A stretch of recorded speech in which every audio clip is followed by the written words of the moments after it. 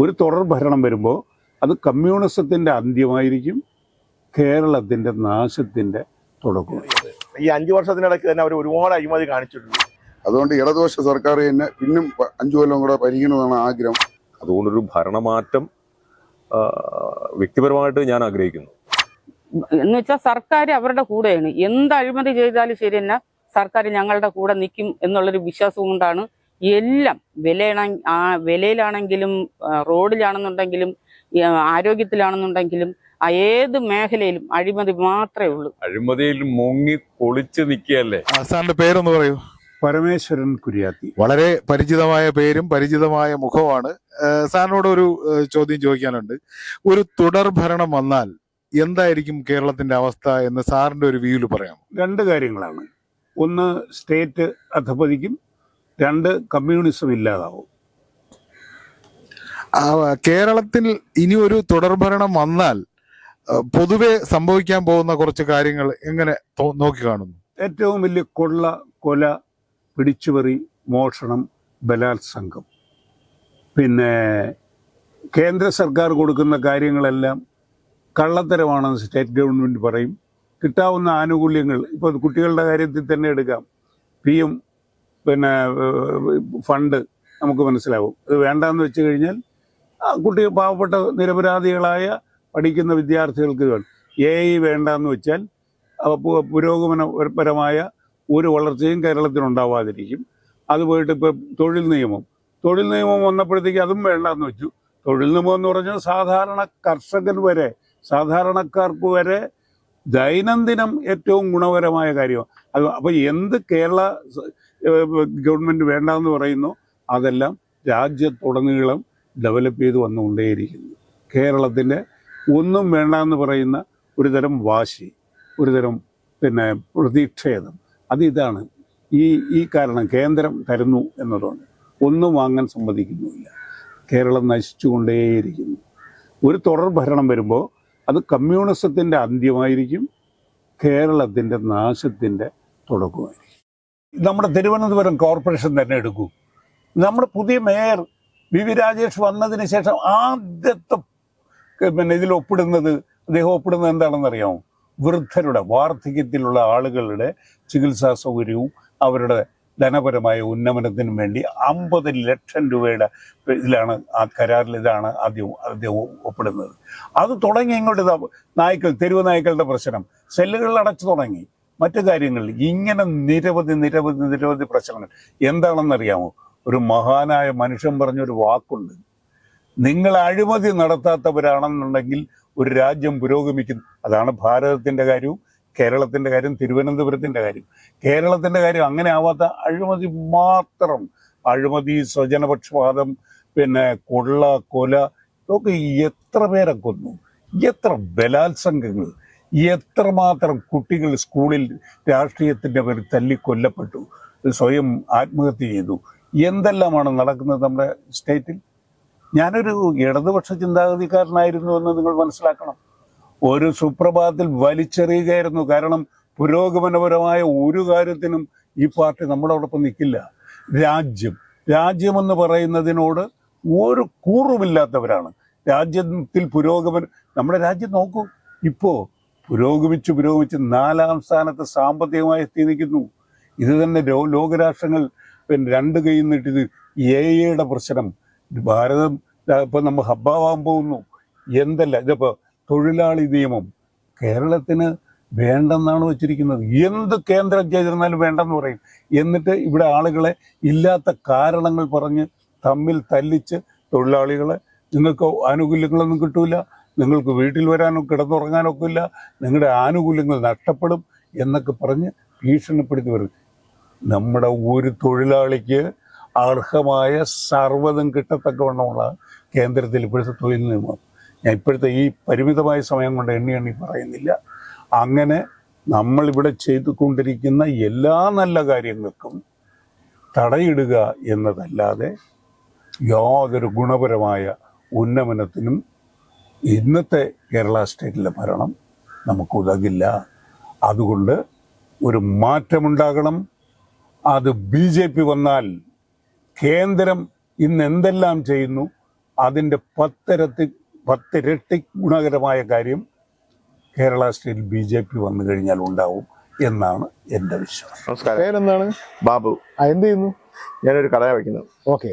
അപ്പൊ ഇപ്പൊ ഈ ഭരണം മാറണമെന്ന അഭിപ്രായമുണ്ടോ? തീർച്ചയായിട്ടും ഉണ്ട്. എന്തുകൊണ്ടാണ്? കാരണം ഭരണം കൂടിപ്പോയി. ഇങ്ങനത്തെ ഭരണങ്ങൾ വെച്ച് എന്ത് ചെയ്യാനാണ്? ഒരുപാട് കാര്യങ്ങൾക്ക് ഇതല്ലേ ഉണ്ടാക്കുന്ന എല്ലാം ഉണ്ടാക്കുന്നുണ്ട്. ഭരണം മാറിയാലേ ഏറ്റവും നല്ലത്.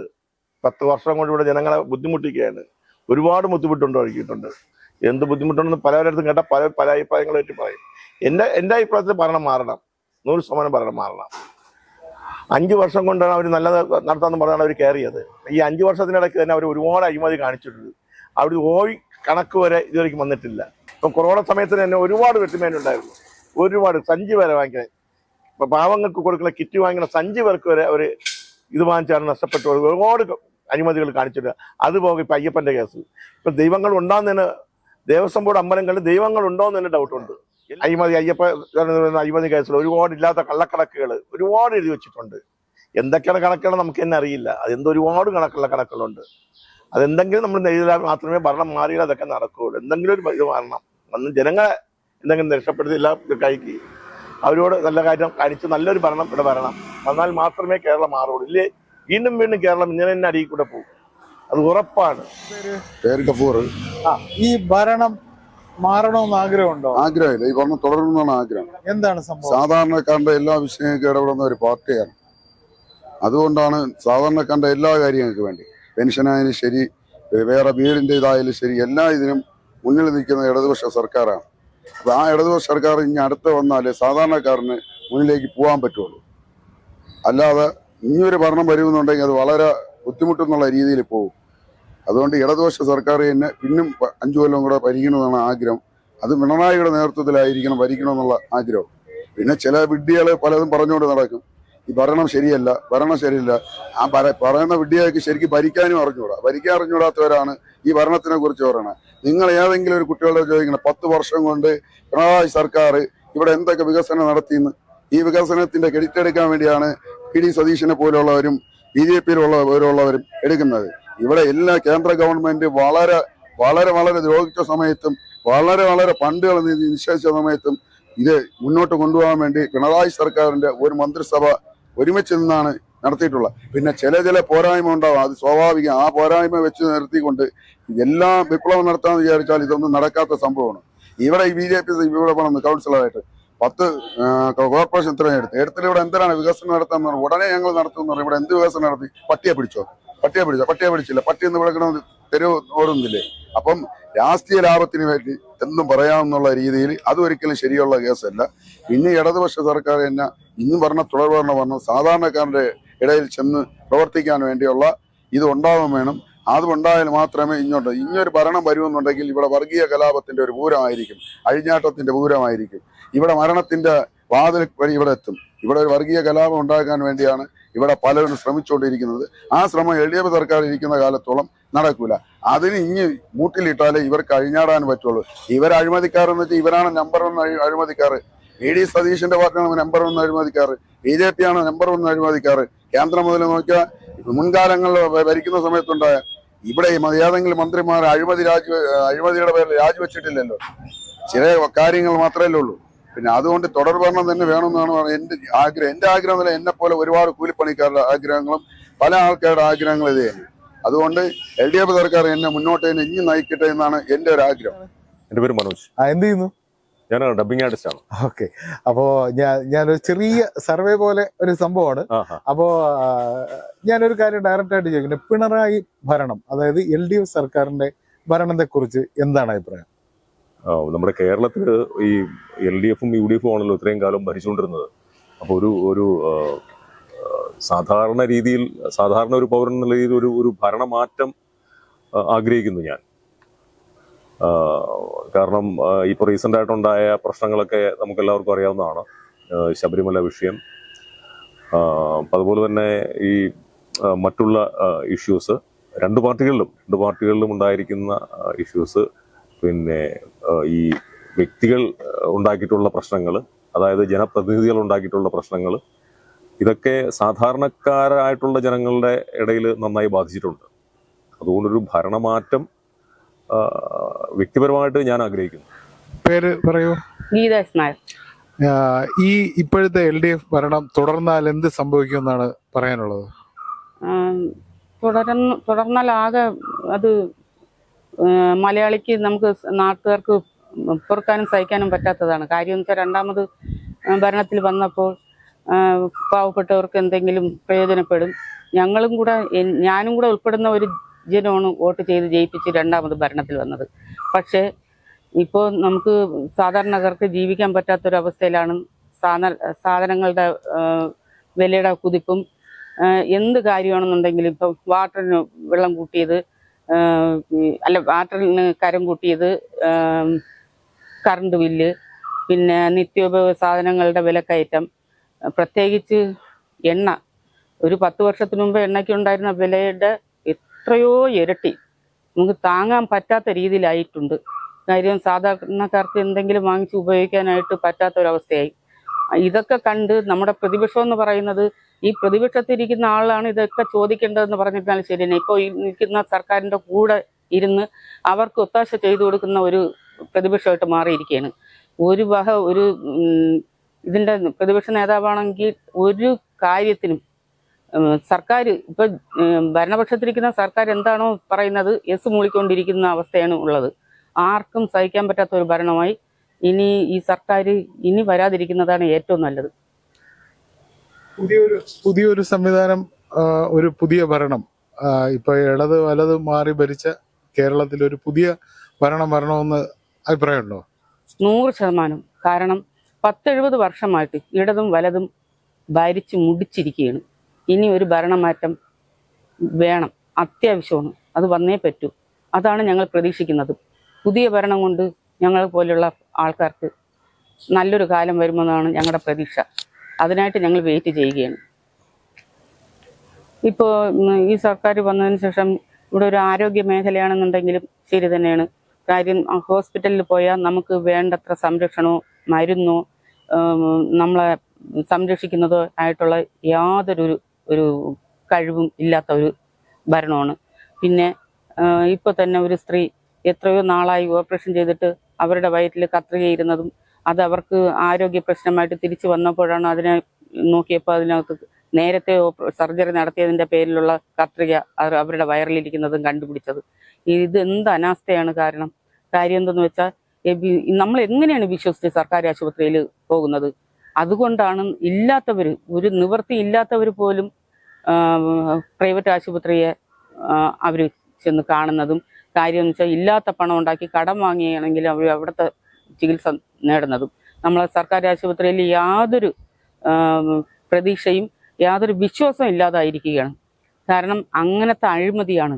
ആരോഗ്യമന്ത്രിയാണെങ്കിലും ആരാണെന്നുണ്ടെങ്കിലും ശരി തന്നെ അതിനെപ്പറ്റി അന്വേഷിക്കുകയോ എന്തെങ്കിലും ഒരു വാർത്ത വരികയാണെന്നുണ്ടെങ്കിൽ അതിനവർ വളച്ചൊടിച്ച് അവരുടെ സൈഡാക്കി അവർ അതിൽ നിന്ന് രക്ഷ നേടാനാണ് നോക്കുന്നത്. നമുക്ക് യാതൊരു ഇതുമില്ല. പിന്നെ റോഡുകളാണെന്നുണ്ടെങ്കിൽ ശരി തന്നെ ഒരു ടാറിടാൻ പറഞ്ഞാൽ അവിടെ എന്തെങ്കിലും മിനുക്കി കാണിച്ചു വെച്ചിട്ട് അവരങ്ങ് പോകും, ഫോട്ടോ എടുത്തിടും. ഞങ്ങൾ ഇത്ര ഡീസൻ്റായിട്ടും അവിടെ പെർഫെക്റ്റ് ആയിട്ടൊക്കെ ചെയ്തിട്ടുണ്ടെന്ന്. നമ്മൾ മെയിൻ റോഡല്ലാതെ നമ്മളെ ഉള്ളിനകത്തോട്ട് ചെന്ന് നോക്കണം അവിടെ എന്തൊക്കെയാണ് അഴിമതി നടക്കുന്നതെന്ന്. യാതൊന്നും നല്ല രീതിയിൽ പോകുന്നില്ല. ടാറിട്ട് പോയിട്ട് നമ്മൾ ഉടനെ ചെന്ന് നോക്കിയാൽ പാള പോലെ നമുക്ക് അത് എടുത്ത് നോക്കാം. അത്ര അഴിമതിയാണ്. ഒരു നല്ല ഫണ്ട് അനുവദിച്ചാൽ ശരിയുണ്ട്, അതിൻ്റെ കാലിലൊരു അംശം പോലും അവർ വിനിയോഗിക്കുന്നില്ല. എന്ന് വെച്ചാൽ സർക്കാർ അവരുടെ കൂടെയാണ്. എന്ത് അഴിമതി ചെയ്താലും ശരി തന്നെ സർക്കാർ ഞങ്ങളുടെ കൂടെ നിൽക്കും എന്നുള്ളൊരു വിശ്വാസം കൊണ്ടാണ് എല്ലാം.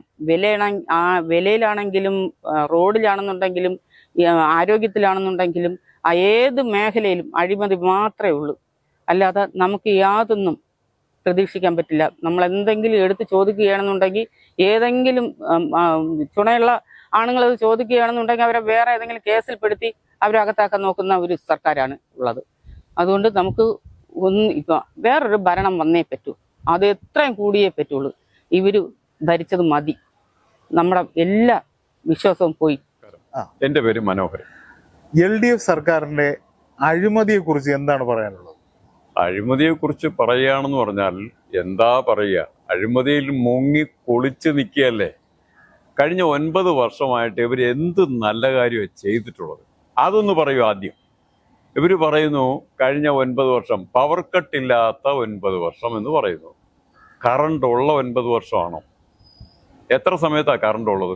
24 മണിക്കൂറും കറണ്ട് ഉണ്ടായിട്ട് ഇടയ്ക്ക് കറണ്ട് പോവുകയാണെങ്കിൽ നമുക്ക് സമ്മതിക്കാം.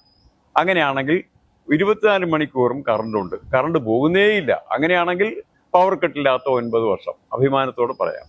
ശരി, അതുപോട്ടെ. വെള്ളത്തിൻ്റെ ചാർജ്, കറണ്ട് ചാർജ്, എല്ലാം വില, സാധനങ്ങളുടെ വിലയാണെങ്കിൽ ഒരു ദിവസം തോറും ഇങ്ങനെ കയറിക്കൊണ്ട് പോവുക. പാവങ്ങൾ എങ്ങനെ ജീവിക്കും? പാവങ്ങൾക്ക് എന്താ വരുമാനമുള്ള? ഒന്നുമില്ല. റേഷൻ വിതരണം കൃത്യമായിട്ട് നടക്കുന്നുണ്ടോ? ഇപ്പൊ തന്നെ കഴിഞ്ഞ മാസങ്ങളായി പച്ചരി കിട്ടാനേ ഇല്ല. അതുപോലെ കഴിഞ്ഞ മാസം കിട്ടിയ ചാക്കരി, ഞാൻ പെരുകാവിലാണ് താമസിക്കുന്നത്, കിട്ടിയ ചാക്കരി എന്ന് പറയുന്നത് വഹയ്ക്ക് കൊള്ളില്ല. അതാണ് റേഷൻ വിതരണം എന്ന് പറയുന്നത്. പിന്നെ ഈ റോഡ്, ഗതാഗത യോഗ്യമായ എത്ര റോഡാണ് തിരുവനന്തപുരത്തുള്ള? എല്ലാം നാശമായി കിടക്കുകയില്ലേ, കുളമായി കിടക്കുകയില്ലേ? പിന്നെ എന്താ ഇവർ ചെയ്യുന്നത്? വില വർധനവിൻ്റെ കൂടെ ബസ് ചാർജും കൂടെ കൂട്ടും. സാധാരണക്കാരനെ സഹായിക്കണ്ടേ? അപ്പോൾ ബസ് ചാർജും കൂടെ കൂട്ടുമ്പോൾ അവന് നല്ല സഹായമാവും. ഇതൊക്കെ തന്നെ ചെയ്യുന്നത്. അഴിമതി മുങ്ങിക്കുളിച്ച് നിന്നിട്ട് അഴിമതി ഉണ്ടോ എന്ന് ചോദിക്കാൻ സത്യത്തിൽ ഉളുപ്പുണ്ടോ ഈ സർക്കാരിന്? എന്താ ഇവർ ചെയ്യുന്നത്?